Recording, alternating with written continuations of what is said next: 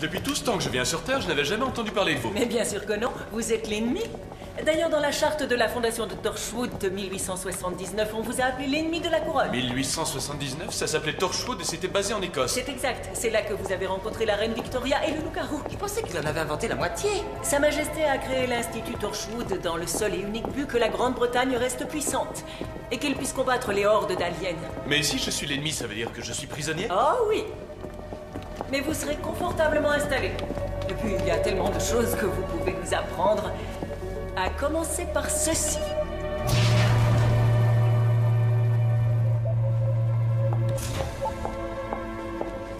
Alors, que pensez-vous de ça?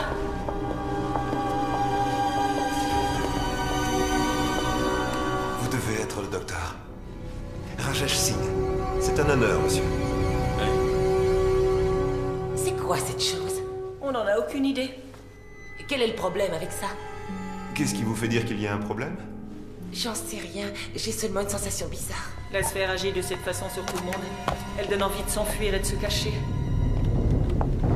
On a essayé de l'analyser en utilisant toutes sortes d'appareils inimaginables. Mais à en croire les résultats obtenus, cette sphère n'existe pas. Elle n'a pas de poids, pas d'âge, pas de chaleur, pas de radiation, et surtout, elle n'a pas de masse atomique. Et pourtant, je la vois. Fascinant, n'est-ce pas?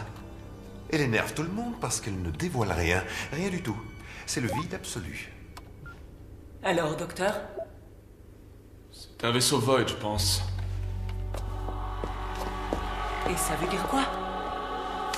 Pour commencer, ça n'existe pas. Je pensais que ce n'était qu'une théorie, mais...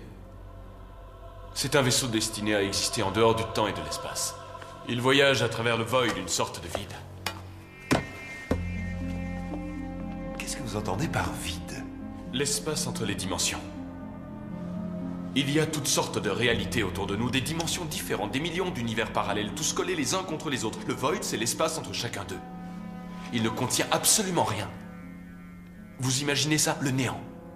Pas de lumière, pas d'obscurité, pas de haut, pas de bas, pas de vie, pas de temps non plus. Sans aucune fin. Mon peuple l'appelait le Void, les éternels l'appellent le vent violent.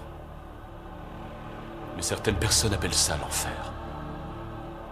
Mais quelqu'un a conçu cette sphère. Dans quel but? Et pourquoi faire? Pour explorer. Pour s'échapper. Si vous pouviez vous asseoir à l'intérieur, vous seriez ignoré pour l'éternité. Le Big Bang, la fin de l'univers, le début du suivant ne toucherait pas les parois. Vous existeriez en dehors de toute la création. Vous voyez, on avait raison. Il y a quelque chose à l'intérieur. Oh, ça oui.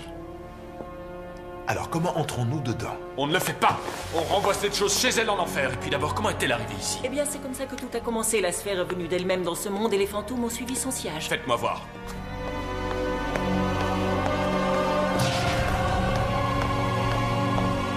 De l'autre côté, docteur.